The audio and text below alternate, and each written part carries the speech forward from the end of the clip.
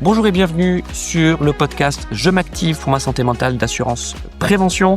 Je suis avec Martine Duclos qui est professeure d'université, endocrinologue, elle va nous expliquer ce que c'est juste après, médecin du sport et physiologiste.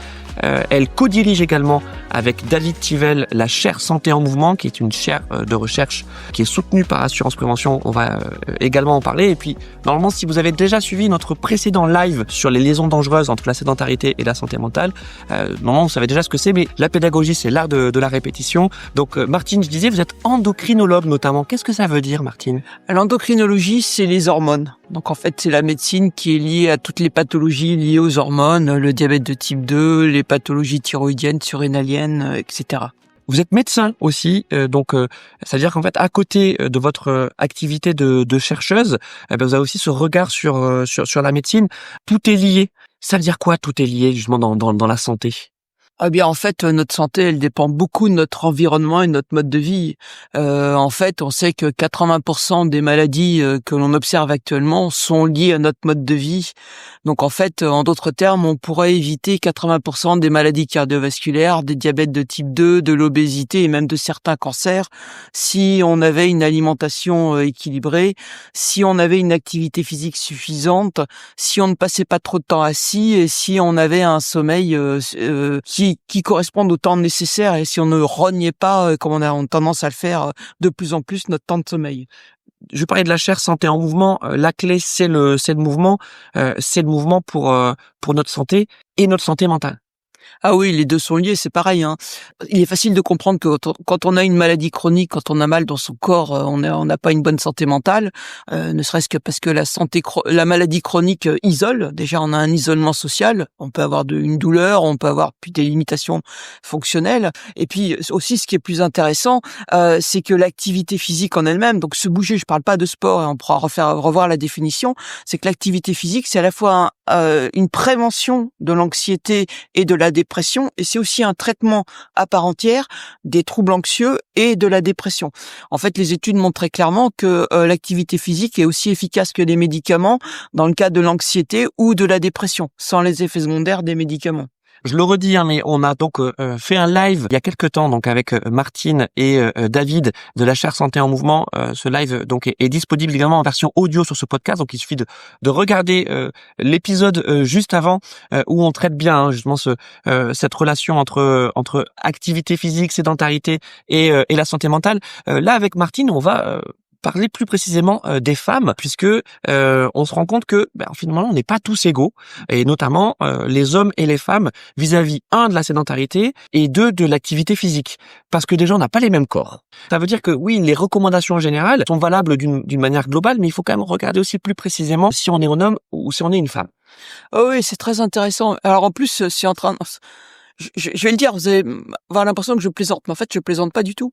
On est en train de s'apercevoir au niveau scientifique qu'il y a des femmes et que les femmes sont pas des hommes. Je m'explique. Jusqu'à présent, 90% des recherches portaient sur les hommes et donc moins de 10% portaient sur les femmes. Alors, ça s'explique un peu parce que chez les femmes, d'abord, il y a différentes périodes de la vie que n'ont pas les hommes. Il y a la ménopause, c'est-à-dire quand on fait des études chez les femmes, il faut considérer les femmes avant la ménopause et les femmes après la ménopause. La différence, c'est qu'elles ont des estrogènes ou elles n'en ont plus. Donc, c'est plus du tout les mêmes en termes de réponse physiologique. Ensuite, quand elles ne sont pas ménopausées, il faut tenir compte à quelle période du cycle elles sont. C'est-à-dire qu'il faut les étudier à 3 moments au cours du mois. Il faut les étudier en première phase du cycle, en deuxième phase du cycle et pendant les règles. C'est-à-dire en première phase du cycle où il y a surtout des estrogènes, en deuxième phase où il y a des estrogènes et de la progestérone, et pendant les règles où il n'y a plus du tout d'hormones. Donc, vous comprenez, les femmes, c'est compliqué sur le plan physiologique. Et donc, en fait, les chercheurs considéraient que les femmes, c'était franchement trop compliqué, alors que chez les hommes, c'est toujours pareil. Il n'y a pas d'andropause chez les hommes, même si la sécrétion diminue avec l'âge, mais il n'y a pas d'arrêt total de la sécrétion de testostérone. D'un mois à l'autre, ça ne varie pas. Donc, en fait, les études étaient faites chez les hommes. Et donc, maintenant, depuis quand même quelques années, vous avez vu que dans le sport, cette fois-ci de haut niveau, les femmes disent, mais nous, on veut qu'on s'occupe de nos règles, on veut qu'on s'occupe du syndrome prémenstruel, de ces douleurs qu'elles ont, de ces modifications de comportement et qui sont physiologiques, parce qu'il y a un pic d'estradiol, où il y a encore une autre période à rajouter que ne connaît pas l'homme, c'est la grossesse. La grossesse aussi, c'est un élément très important en termes de modification, en termes de sécrétion hormonale, mais on sait maintenant, alors ce qui est quand même complètement, enfin ça nous semble un peu fou maintenant, autrefois la grossesse, c'était considéré presque dans les maladies. C'est-à-dire on considérait qu'une femme, même si elle était sportive avant la grossesse, dès qu'on apprenait qu'elle était enceinte, on disait stop le sport. Vous arrêtez. Terminé. Donc, comme oui, c'était stop l'activité physique. Ah oui, c'est terminé. Vous arrêtez de bouger. Sans même parler de sport. Ah non, non, vous arrêtez tout. Hein. Vous arrêtez tout, c'est trop dangereux, vous allez perdre le bébé. Alors que maintenant, avec les études, on est arrivé complètement au comportement inverse. C'est-à-dire, on demande même aux femmes qui ne faisaient pas du tout d'activité physique avant la grossesse de faire de l'activité physique pendant la grossesse. Parce qu'on sait que c'est bénéfique à la fois pour la femme, mais aussi pour le fœtus. Mais bon, c'est des éléments importants. Et puis, effectivement, il y a la ménopause. Et la ménopause, il y a une rupture brutale de la sécrétion d'estrogène. Et ça va induire beaucoup de choses en termes de santé mentale, mais aussi de santé physique, mais aussi de capacité physique. Donc, c'est vraiment des éléments très importants chez la femme. Donc, en fait, en d'autres termes, on sait que maintenant qu'il y a trois périodes extrêmement importantes chez la femme où l'activité physique est majeure. C'est valable tout au long de la vie. L'adolescence, où là, vraiment, il y a une telle modification de la composition corporelle que souvent, il y a des troubles, ça peut induire des troubles psychiques, la grossesse et le postpartum, et la ménopause. Et là, vraiment, les femmes sont plus à risque d'une mauvaise santé mentale, c'est à ces périodes physiologiques de la vie. Tout le monde a entendu parler de la dépression du postpartum, des modifications liées aussi à la ménopause, et puis effectivement les effets de l'activité physique pour contrer effectivement ces problèmes à la fois de santé mentale, mais aussi les problèmes de santé qui sont liés aussi à ces différentes périodes de la vie. On parlait donc de l'adolescence, en tout cas des trois périodes qui méritaient effectivement une attention. L'adolescence, qu'est-ce qui se passe exactement chez la femme? Alors, c'est valable également chez l'homme, hein, mais on va vraiment se concentrer sur la femme et les liens avec la sédentarité et la santé mentale. Alors, ce qui se passe chez l'adolescente, c'est que physiologiquement, donc il y a une modification de la composition corporelle si on reste très très basal, et en fait donc la fille voit vraiment son morphotype se modifier plus que chez l'homme. Hein, apparaissent quand même les caractères sexuels secondaires, sa silhouette se modifie, elle prend de la masse grasse qui est physiologique. Hein, on passe à près de 25%, alors que le garçon lui va perdre de la masse grasse. Elle prend un peu de masse musculaire, mais très peu, alors que le garçon lui va surtout prendre de la masse musculaire. Donc lui, il n'y a pas beaucoup de modifications. Enfin, si, il prend de la masse musculaire, mais la fille, il y a vraiment une modification de sa silhouette, et certaines filles ont du mal à l'accepter, voire pour certaines filles, il y a vraiment une prise de poids qui est importante. Donc, et certaines peuvent développer effectivement des troubles psychologiques avec cette modification, cette féminité qu'elles vont pas forcément accepter. Oui, il y a des changements. Voilà. Oui, le changement est visible et parfois brutal. Voilà. Pendant cette période de la puberté. Voilà. Donc, d'où l'importance d'avoir une activité physique pour effectivement éviter une prise de poids. Et puis aussi parce que c'est encore un moment, on sait que tout au long de la vie et dès les premières années de la vie, les filles font moins d'activité physique que les garçons. Et on voit qu'elles en font moins pendant les premières années de vie, pendant l'enfance, pendant l'adolescence et pendant l'âge adulte.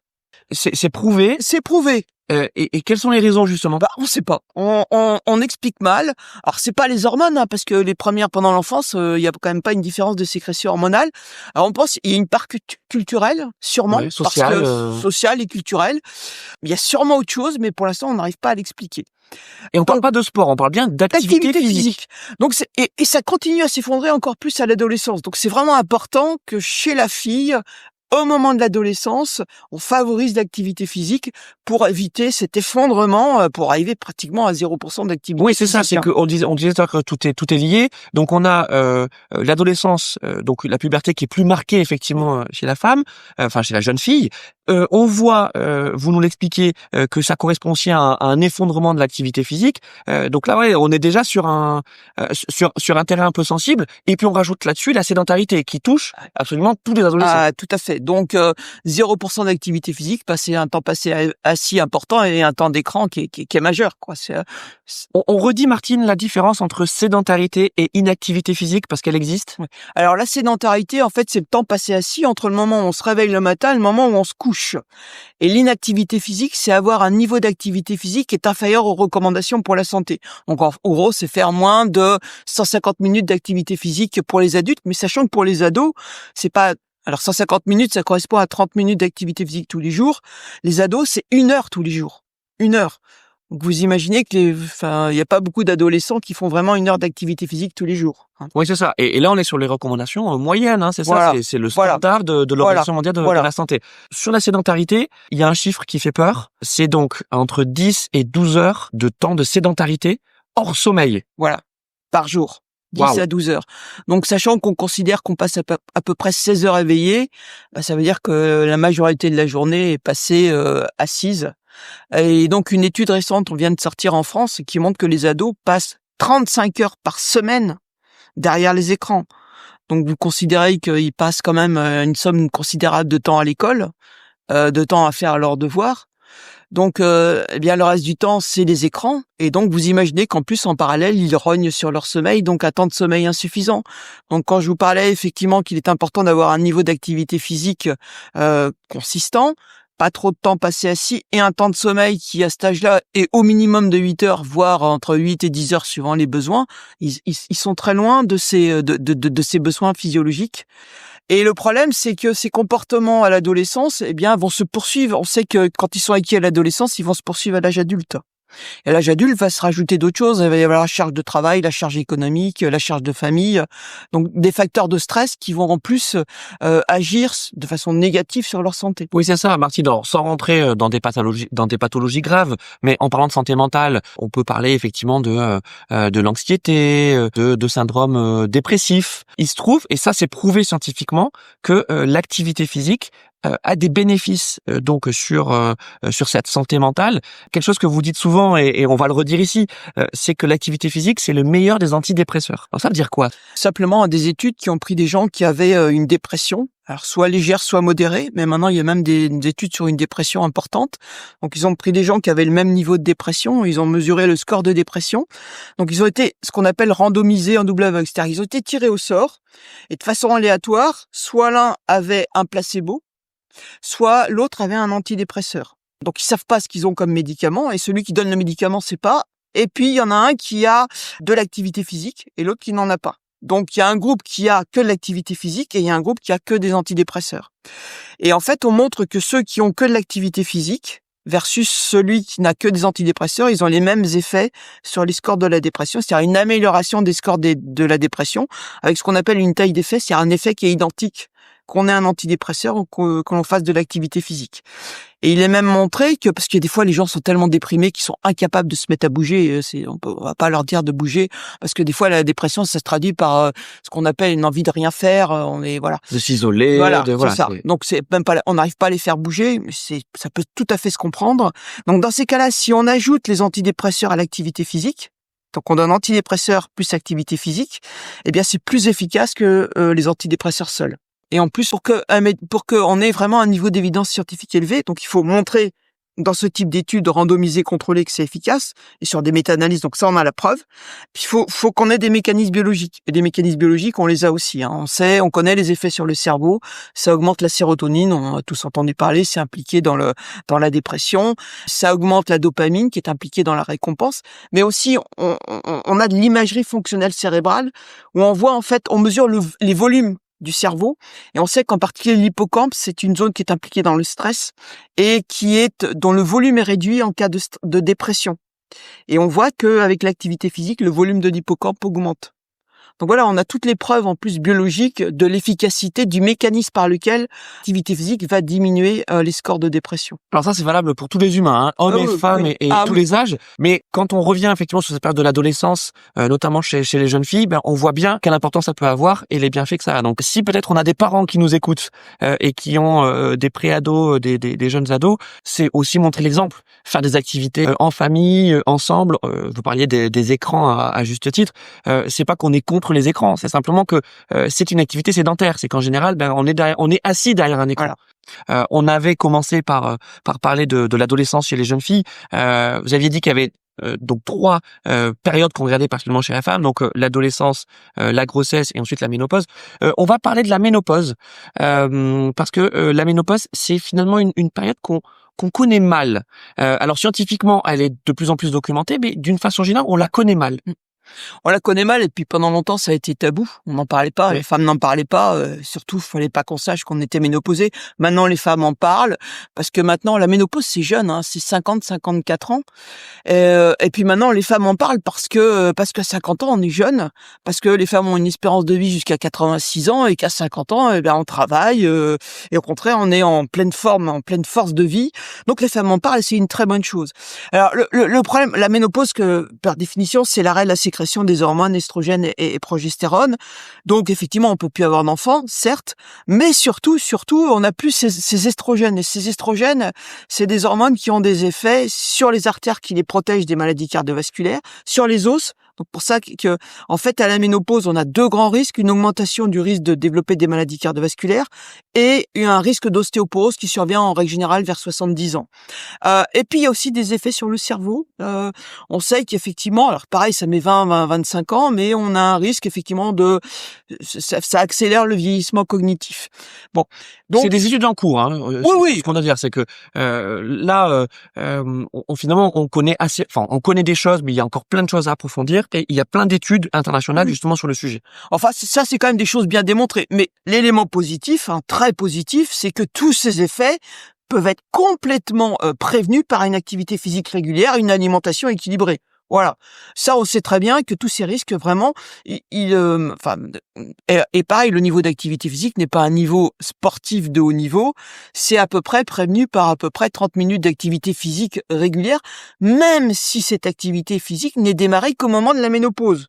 Le mieux, c'est d'en avoir fait toute sa vie, mais ne vous inquiétez pas, mesdames, si vous n'avez commencé de l'activité physique qu'au moment de la ménopause, c'est efficace aussi, à la fois sur votre protection cérébrale, cardiovasculaire ou la protection de vos os, c'est efficace. Et les bénéfices sont immédiats. Je pense qu'il faut qu'on le dise aussi. Oui. Hein. On a un bénéfice en général au bout de 2 mois. 8 semaines à peu près.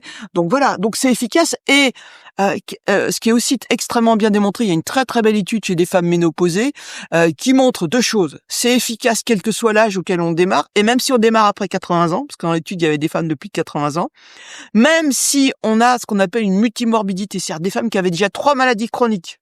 Donc par exemple un diabète, une hypertension et une obésité. Voilà. Donc, vous voyez, même si vous avez un profil, vous dites, je suis pas capable. Si. Non seulement vous êtes capable, mais en plus ça marche. Et même si vous avez un niveau de condition physique qui est très bas, eh bien, en fait, on va partir de votre niveau de condition physique et puis vous allez progresser à votre rythme et régulièrement. Et j'ai même une excellente nouvelle à vous dire, c'est que sur cette étude, mais comme bien d'autres, et c'est maintenant les éléments nouveaux, c'est que les 30 minutes, c'est ce vers quoi vous devez tendre. Mais déjà, si vous en faites 15 minutes d'activité de type marche, un bon rythme tous les jours, c'est efficace. Alors, ce sera moins qu'à 30 minutes, mais déjà, avec 15 minutes, vous avez une protection, vous avez des effets bénéfiques. Donc, l'élément nouveau, il y a 2 éléments à retenir pour vous. C'est un tout petit peu, c'est déjà mieux que rien. Et puis, il faut commencer progressivement. On en revient à nos recommandations, qui sont régularité. Alors, activité physique, ça ne veut pas dire sport. Si ça va vers le sport, tant mieux, hein, évidemment. Mais là, on parle vraiment d'activité physique. Redonnons des exemples. La marche. La marche, c'est une très bonne activité physique. L'intérêt, c'est que vous le faites à la vitesse qui vous plaît, soit du modéré, soit du vite. Donc modéré, c'est typiquement vous êtes avec quelqu'un, vous marchez, vous pouvez pas chanter, mais vous pouvez tenir une conversation. Et intense, vous pouvez juste répondre par des onomatopées. Voilà, simple. Oui, non, voilà. Le vélo, la natation, jouer au ballon avec votre ami, promener votre chien, ce que vous voulez. Le jardinage, c'est une activité physique. Très bonne activité. Oui. Le ménage, ça compte. Hein. J'ai pas dit que vous êtes obligé de le faire. Je dis c'est une bonne activité, mais l'important. Aérobie en plus. Ouais. Qu'est-ce que c'est l'aérobie d'ailleurs? L'aérobie, c'est on consomme de l'oxygène. Très voilà. Et et on l'oppose au renforcement musculaire, c'est pour faire travailler ses muscles. Alors c'est pareil, un renforcement musculaire, parce que ça c'est aussi à faire 2 fois par semaine, hommes et femmes, hein, parce que en fait on perd de la masse musculaire à partir de 30 ans et ça s'accélère la perte de masse musculaire à partir de 50 ans. Et donc c'est important de garder sa masse musculaire pour justement garder en fait de l'autonomie le plus tard possible. Et là, pareil, la masse musculaire, le renforcement musculaire, on vous demande pas de soulever des charges élevées. Le mieux, c'est d'acheter des petits élastiques. C'est des élastobandes, ça coûte 10 €. Et en fait, vous faites travailler vos muscles en contractant les biceps ou les cuisses avec ces élastobandes. Vous faites en gros 2 fois 20 minutes ou 2 fois 10 minutes et c'est largement suffisant. Donc vous voyez, c'est pas grand-chose. Et régularité, hein, Martine. 2 fois par semaine. Voilà, régularité, 2 fois c'est par ça. semaine. Donc un petit peu régulièrement et puis surtout trouver ce qui vous plaît. Ça parce qu'en fait il faut continuer, ça n'est efficace qu'à partir du moment où on continue. Si on s'arrête, vous en perdez tous les bénéfices. Et oui, puisqu'on parle de santé mentale et il faut qu'il y ait cette notion plaisir. Voilà. Et, évidemment, même si peut-être qu'au début le plaisir est pas forcément là parce que vous allez vous faire un petit peu violence. Voilà. Au début, des fois, il faut se forcer. D'où l'intérêt aussi, et je pense que ça, c'est un élément important, moi, que souvent je conseille, c'est de le faire avec quelqu'un. Parce que quand on le fait, ou à plusieurs, parce que des fois, on n'a pas envie, hein, moi, des fois, la première. Mais si vous avez donné rendez-vous avec quelqu'un, vous savez que si vous n'y allez pas, vous avez donné rendez-vous, donc vous faites défaut à l'autre. Donc le faire avec quelqu'un, voilà. Et oui. Et on y va. Puis quand on sait très bien qu'une fois qu'on l'a fait, on est super content. Donc et puis aussi il y a un rôle socialisant. N'oublions pas que le faire à plusieurs, c'est un rôle socialisant. Et l'activité sociale, c'est aussi très bon pour la santé mentale, physique. Donc ce rôle socialisant, c'est un rôle majeur et c'est un rôle qu'on peut aussi donner à l'activité physique. Et moins de temps passé assis, hein, parce que si vous faites de l'activité physique, mais sans diminuer votre temps passé assis, les effets de l'activité physique seront beaucoup moins importants. Merci beaucoup Martine pour cet épisode dédié aux femmes. Alors vous avez compris qu'on n'a pas parlé que des femmes, mais on a quand même fait un focus sur ces 2 périodes importantes dans la vie des femmes que sont l'adolescence et la ménopause. On espère que cet épisode vous a été utile et que vous allez prendre des bonnes résolutions. En tout cas, on est là pour vous aider, vous accompagner donc sur le site d'assurance prévention Je m'active pour ma santé mentale. Merci de nous avoir écoutés et on vous dit à bientôt pour des nouveaux épisodes.